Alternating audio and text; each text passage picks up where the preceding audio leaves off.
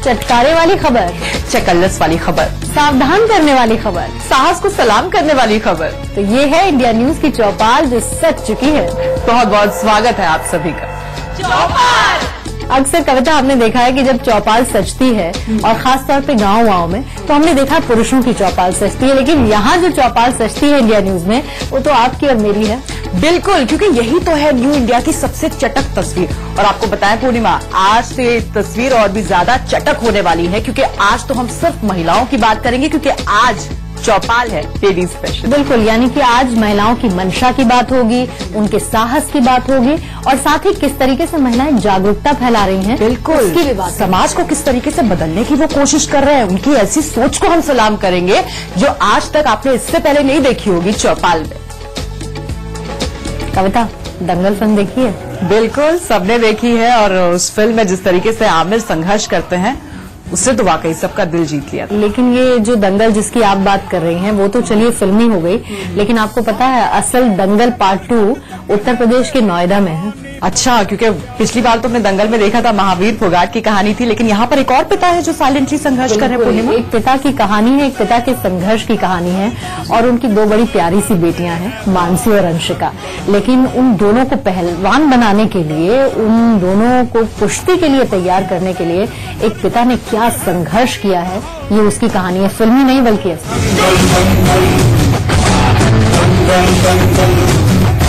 क्या बात है। बॉक्सर बिटिया के लिए पिता ने किस तरह से पसीना बहाया है, और किस तरीके से देश की बेटियों को सोना जिताने के लिए पिता उन्हें तपाकर कुंदन बना रहा है, जरा ये भी देखिए।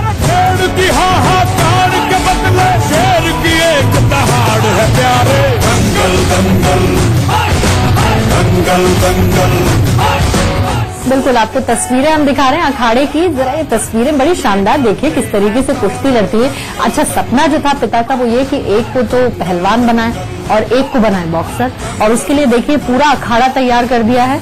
यहाँ पर दोनों किस तरीके से वर्जिश करती हैं, तैयारी करती हैं, और पिता उन्हें ट्रेन करते हैं। ऐसे समाज में जहाँ ये कहा जाता है कि बेटों को ये करना है और बेटियों को ये नहीं करना है, ऐसे समाज का हिस्सा ऐसी तस्वीरें भी है। न्यू इंडिया की ये भी तस्वीर है। एक तरफ फिल्म ने दर्शाया था, एक तरफ ये तस्वीरें दर्शा रही हैं, और कविता, हम और आप अपने घरों में अपने पिता को देखते हैं कैसे हम लोगों को आगे वो बढ़ाते हैं कुछ भी करने के लिए, जो हमारी इच्छा हो, हमारे सपने पूरे करने के लिए उनके पीछे उनकी मेहनत को सलाम करना होगा। वाकई जिस तरह का प्रोत्साहन वो देते हैं, लेकिन यहाँ पर एक ऐसे पिता है जिन्होंने अपनी नौकरी भी छोड़ी, इस तरह की खबरें भी सामने आई। देखिए, ये हम बता तो रहे हैं, लेकिन दर्शक इस वक्त वाकई में उस पिता को सुनना चाहते होंगे कि आखिर कैसे उन्होंने दोनों बेटियों को यहाँ इस मुकाम तक पहुंचाया, और उसके लिए क्या कुछ उन्हें करना पड़ा। जी बिल्कुल, क्योंकि वो खुद बॉक्सर बनना चाहते थे, अपना सपना तो पूरा नहीं कर पाए, लेकिन बेटियों के सहारे किस तरीके से वो अपने सपने को पंख देने की कोशिश कर रहे हैं, जरा ये देखिए। सोच कहाँ से आई? मतलब आप भी चाहते थे बॉक्सर बनना, या सिर्फ बेटियों के लिए ये आया? मेरी तमन्ना थी, मेरी एक तमन्ना थी कि मैं भी क्या कहते हैं अपने बच्चों को पहलवान बनाऊं, और पहलवान बनाऊं या कोई गेम्स में डालूं। तो बड़ी लड़की जो थी मेरी बॉक्सिंग की इच्छुक थी, उसको मैंने बॉक्सिंग के लिए उसमें डाला, और छोटी लड़की को और एक लड़का जो है वो हमने कुश्ती में डाला है। वो मेरा शुरू से वो एक रहा है कि जी पहलवानों के साथ रहना, उठना बैठना मेरा शुरू से रहा है, और बच्चों को भी पहलवान बनाने सोचता था मैं, और अब उस कामयाबी में जा रहा हूँ, उनको ले जाता हूँ, करवाता हूँ। अच्छा, दंगल मूवी देख के भी कुछ सहयोग मिला? बिल्कुल बिल्कुल जी, दिल खुला है। उनको देख के हमारे अंदर भी कॉन्फिडेंस आया कि हम भी कुछ कर सकते हैं बच्चों के लिए, अपने बच्चों के लिए। जब क्या कहते हैं फोगाट जी ने जो करा अपने बच्चों के लिए, हम भी चाहते हैं कि हम भी वैसे करें कुछ बच्चों के लिए जी। तो उसके बाद प्रैक्टिस और ज्यादा बढ़ी? और ज्यादा जी, उनको देख के तो जोश आ गया जी हमको भी। और ऐसे वक्त में पूर्णिमा, मुझे मुनव्वर राणा का वो शेर याद आ रहा है, सख्त राहों में भी आसान सफर लगता है, ये मेरी माँ की दुआओं का असर लगता है। माँ का समर्पण, उसकी ममता, बड़ी दफा जिक्र उसका होता है शेरो शायरी में भी और कविताओं में भी, लेकिन ऐसा लगता है जैसे पिता के साइलेंट संघर्ष को हम महसूस ही नहीं कर पाते। बिल्कुल, और इसीलिए देखिए इंडिया न्यूज में इस खबरों की चौपाल में हमने कोशिश की कि माँ की तो अक्सर बात होती है, उनके संघर्षों की अक्सर बात होती है, तो क्यों ना पिता के संघर्षों की बात की जाए। पिता के संघर्ष की कहानी क्या है वो तो आपने सुन ली, लेकिन जो दो बेटियां हैं वो भी देखिए खून पसीना एक कर पिता के सपने को तो पूरा कर ही रही हैं, लेकिन अब उनके अंदर कितना जोश, कितना जज्बा है, और वो उनके सपने क्या हैं वो भी आपको जरूर सुनना चाहिए। मानसी और अंशिका दोनों किस तरीके से तैयारी कर रही हैं, सुनते हैं। मानसी, कितने घंटे तुम डेली प्रैक्टिस करती हो और पिता का क्या योगदान रहता है? पापा डेली मॉर्निंग में उठा के पहले रनिंग करवाते हैं, उसके बाद फिर यूथ स्टार बॉक्सिंग एकेडमी में जाती हूँ ट्रेनिंग करने के लिए। फिर वहाँ 7 से स्टार्ट होती है ट्रेनिंग, 7 से 9:30 10 बजे तक। फिर ट्रेनिंग से आने के बाद कॉलेज वगैरह जाती हूँ, अगर कॉलेज कभी कभी कॉलेज में भी ट्रेनिंग होती है तो वहाँ पे भी अटेंड करती हूँ। फिर घर आके इवनिंग में पापा फिर पार्क वगैरह लेके जाके थोड़ा रनिंग वनिंग घर आके एक्सरसाइज वगैरह कराते हैं। फिर डेली मतलब रेगुलर ट्रेनिंग पे रहती हूँ, संडे को भी ट्रेनिंग होती है, कभी कभी पापा एक्स्ट्रा करवाते हैं। तो सुना आपने बेटियों को कविता किस तरीके से देखिए मेहनत कर रही हैं, पसीना बहा रही हैं, लेकिन परिवार की माली हालत अच्छी नहीं है। बिल्कुल, और उसके लिए इंतजार सिर्फ इसी बात का है कि कब योगी सरकार इनकी मदद करती है, क्योंकि एक पिता तो अपनी तरफ से पूरी मेहनत कर रहा है, माँ भी वही मेहनत कर रही है, लेकिन जब तक इन्हें मदद नहीं मिलती है, आर्थिक सहायता नहीं मिलती है, तब तक सोना नहीं बरस सकता। बिल्कुल, तो कोशिश यही है, उम्मीद यही है कि इनकी मदद के लिए सरकार आगे आए और उसके बाद देश में सोना ही सोना बरसे। कुछ दिन पहले कविता में एक आर्टिकल पढ़ रही थी और उस आर्टिकल में गंगा को लेकर लिखा था कि गंगा तुम सिर्फ एक मुद्दा हो। सबसे बड़ी बात देखिए, हम और आप कब से पढ़ते आ रहे हैं कि गंगा की सफाई होगी, लेकिन आपको लगता है जमीनी स्तर पर कुछ हुआ? बिल्कुल, नमामि गंगा योजना का भी आगाज हो गया था, लेकिन जमीन पर लगता है कि कुछ नहीं हो पाया। लेकिन अब देखिए बदलाव की घड़ी ये है कि माउंट एवरेस्ट फतह करने वाली बछेंद्री पाल ने बीड़ा उठाया है और कुल मिलाकर 7 पर्वतारोही होंगे जो लोगों से संवाद करेंगे, बातचीत करेंगे और गंगा को साफ रखने के लिए मुहिम की शुरुआत उन्होंने कर दी। ये जो हमारा मिशन गंगे का जो ये अभियान है, उसके 2 उद्देश्य है। एक तो है कि क्लीनिंग करना, हमारे 40 लोगों की टीम है जिसमें IITians है और एनवायरमेंटलिस्ट है और रेडियो जॉकी और ऐसे एक बहुत ही डाइवर्स टीम है, बहुत ही पढ़े लिखे हैं, बहुत ही नॉलेजेबल टीम है। और एक तो इनको क्लीनिंग करना है, सफाई करना है घाटों में जहाँ पर भी, दूसरा है कि लोगों में जागरूकता लाना है।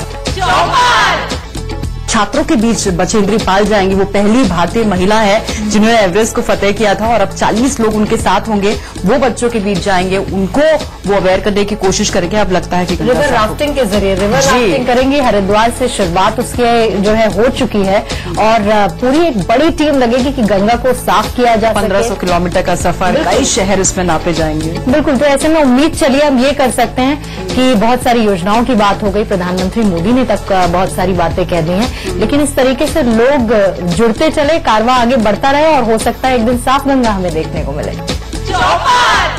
उन महिलाओं का हम यहाँ पर जिक्र कर रहे हैं जिन्होंने समाज में बड़े बदलाव के लिए खुद को भी बदलने की कोशिश की है। और सोचिए, ऐसे में जिक्र करना बहुत जरूरी है, bold and beautiful Serena Williams का। मुझे लगता है आप मेरा इशारा समझ गई। बिल्कुल, बोल्ड कैंपेन उनकी तरफ से किया गया ब्रेस्ट कैंसर अवेयरनेस को लेकर।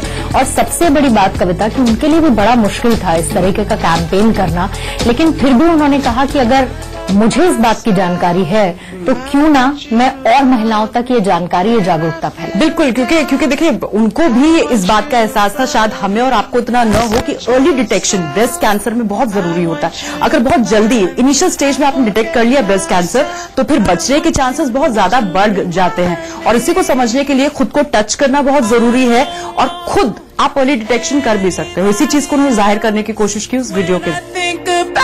You, I touch myself. Oh, I don't want anybody else. Oh no, oh no, oh no.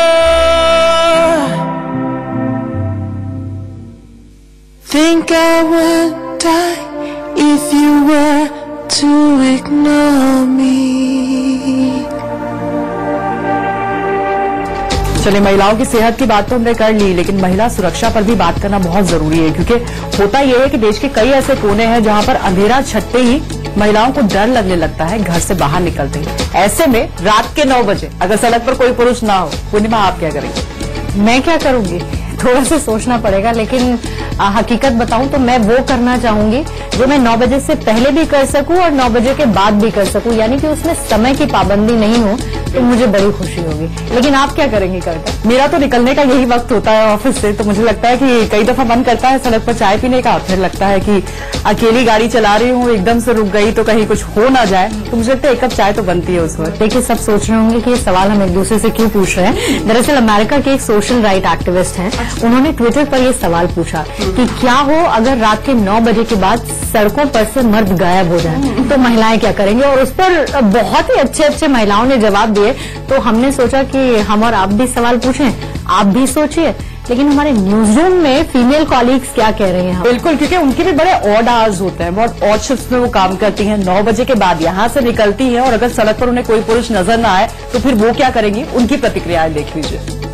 Freedom of expression होगा तो आई गेस रात को शायद 12-1 बजे मैं अकेले जा सकती हूँ अपने फ्रेंड्स के साथ, कि मैं बिल्कुल सुरक्षित महसूस करूंगी, और सुरक्षित महसूस करूंगी तो मैं मस्ती करूंगी। मस्ती का मतलब होता है पार्टी करूंगी, क्लबिंग करूंगी अपने दोस्तों के साथ। आई गो फॉर अ वॉक अपने फेवरेट म्यूजिक के साथ प्रोबब्ली। मैं गाना चला के मैं फ्रीली घूमना चाहूंगी और हम अपने फ्रेंड्स के साथ पूरा फन करेंगे, एंजॉय फील करेंगे। जहाँ पर भी मर्जी हम लोग वहाँ जा सकते हैं, पूरी फ्रीडम होगी अगर हमें और सेफ्टी होगी तो हम इजीली रोम कर सकते हैं, मतलब बाहर पार्टी कर सकते हैं, हर जगह जा सकते हैं। मैं डांस करते हुए चलना पसंद करूंगी, अपनी ही धुन में, लाइक अपनी चीजों को सोचते हुए डांस करते हुए। मैं कभी भी जाऊंगी ऑफिस छोड़ के रात को ले, फियरलेसली बिना डर के घूमूंगी कहीं पे भी।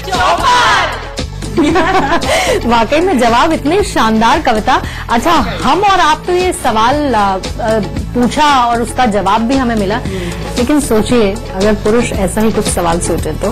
वाकई, और बड़ा सवाल यही है कि सवाल की नौबत ही क्यों आ रही है, पुरुषों के होते हुए ऐसा क्यों लग रहा है कि वो सड़क से गायब हो, तभी हम खुद को महफूज रखें। बिल्कुल, एक तरह का ये कैंपेन आप कह सकते हैं, एक तरह की अवेयरनेस कह सकते हैं, सोच की अवेयरनेस कि अगर ऐसा ना हो तो महिलाएं भी खुशी खुशी सड़कों पर निकले, वक्त चाहे जो भी हो, और पुरुष भी अपना जब चाहे तब निकले। टीम इंडिया में अनुष्का की दखलंदाजी बढ़ गई है कि ड्रेसिंग रूम में इतनी दखलंदाजी बढ़ गई है कि गब्बर को बिन मांगे ही मिल गया है रेस्ट। क्या विराट कोहली और शिखर धवन के बीच में अनुष्का आ गई है? बिल्कुल, दरअसल यही सवाल देश के सामने सबसे बड़ा सवाल बन गया है। अब देखिए पूर्णिमा, बॉलीवुड में तो कैटफाइट हमने बहुत सुनी थी हीरोइंस के बीच में, लेकिन ये पहला मामला ऐसा है जब गब्बर की पत्नी आयशा और अनुष्का के बीच कैटफाइट की खबरें सामने आ रही हैं और जबरदस्त खामियाजा भुगतना पड़ा है गब्बर को। बिल्कुल, और इसीलिए देखिए गॉसिप आजकल यही है, चकल्लस यही है, तो हमने सोचा कि क्यों ना इसे क्लियर कर लिया जाए कि भाई आखिर सच क्या है और झूठ क्या है। बिल्कुल, और इसलिए सीधे हम बुक कर सकते हैं हमारे स्पोर्ट्स एडिटर राजीव मिश्रा हमारे साथ मौजूद है। राजीव, क्या वजह रही कि एशिया कप की अगर हम बात करें, मैन ऑफ द सीरीज रहे थे गब्बर, लेकिन यहाँ पर वेस्टइंडीज के खिलाफ बिन मांगे उनको रेस्ट मिल गया है? देखिए कविता, आपकी चौपाल में इन तमाम मुद्दों पे आप चर्चा कर सकते हैं। अगर आप मेरे से चर्चा करेंगे, मैं तो पहले आपको ये लाल रुमाल दिखाऊंगा, उसके मतलब इस खबर में कोई सच्चाई नजर नहीं आ रही है। क्योंकि अगर आप देखिए अनुष्का शर्मा का रोल या आयशा मुखर्जी का रोल आप इंडियन टीम में देखती हैं, एज अ कोच देख रही हैं, एज अ असिस्टेंट कोच देख रही हैं, तो मुझे नहीं लग रहा कि इसमें किसी भी तरह की कोई सच्चाई है। क्योंकि अगर आप देखिए भारतीय टीम का जो ग्राफ रहा है, अगर हम पिछले कुछ दिनों में देखें, वो बहुत अच्छा रहा है विराट कोहली की कप्तानी में, और मुझे नहीं लगता कि विराट कोहली को अनुष्का शर्मा की सहायता की जरूरत है टीम चुनने में, टीम को बनाने में, या सिलेक्टर्स को अनुष्का शर्मा की जरूरत है, या सिलेक्टर्स सुनेंगे कि आयशा मुखर्जी और अनुष्का शर्मा में झगड़ा हुआ इसलिए शिखर। अनुष्का शर्मा की सहायता की जरूरत है टीम चुनने में, टीम को बनाने में, या सिलेक्टर्स को अनुष्का शर्मा की जरूरत है, या सिलेक्टर्स सुनेंगे कि आयशा मुखर्जी और अनुष्का शर्मा में झगड़ा हुआ इसलिए शिखर धवन को ड्रॉप कर दिया जाए। ऐसे तो फिर बहुत खिलाड़ी ड्रॉप हुए हैं और हर खिलाड़ी अपना पर्सनल कोई एजेंडा वहां पर निकालने लगेगा। शिखर धवन को इसलिए ड्रॉप किया गया क्योंकि उनका इंग्लैंड में प्रदर्शन अच्छा नहीं था। करुण नायर को इसलिए ड्रॉप किया गया टीम से क्योंकि उनको मौके नहीं दिए गए। तो वो सवाल जरूर पूछ सकते हैं। देखा आपने, सच वो नहीं था जो आपको नजर आ रहा था। इसलिए हम लगातार कहते हैं कि दिखावे पे मत जाइए, अफवाहों पे मत जाइए, सिर्फ इंडिया न्यूज देखिए, क्योंकि सच्ची खबर सबसे पहले हम पहुंचाते हैं आप तक। तो अनुष्का शर्मा और शिखर धवन की वाइफ की कैटफाइट की तो बात हो गई, लेकिन हमारे ऑफिस पहुंची काजोल और हमने उनसे बातचीत की, तो उन्होंने अपने करियर के हाई पॉइंट्स के बारे में बताया। आप भी सुनिए क्या कहा काजोल। तो चर्चा होती है कि बहुत अच्छा टाइम है औरतों के लिए इंडस्ट्री में, ऐसी फिल्में आ रही हैं जहाँ औरतें लीड रोल में हैं, दे डूइंग वेरी वेल। तो क्या आपको लगता है कि फीमेल स्टार्स के लिए हमेशा वक्त सही था? आपने भी बखूबी से नहीं, लेकिन आई विल से दिस के ऑडियंस बदल गई है। आई विल से कि ऑडियंस बदल गई है for the better and for a wider variety. Most important of all, social media again वो एक अच्छी चीज हुई है कि सबके पास फोन है, सब अलग अलग तरीकों के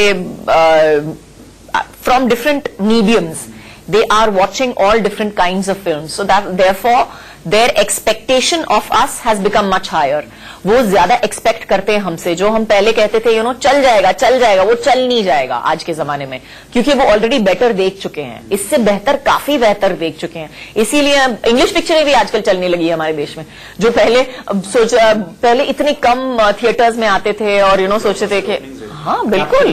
तो आई थिंक ये देखना बहुत जरूरी है, और हमको भी we have to also pull up our pants and say that okay we have to compete with a lot more than just our film.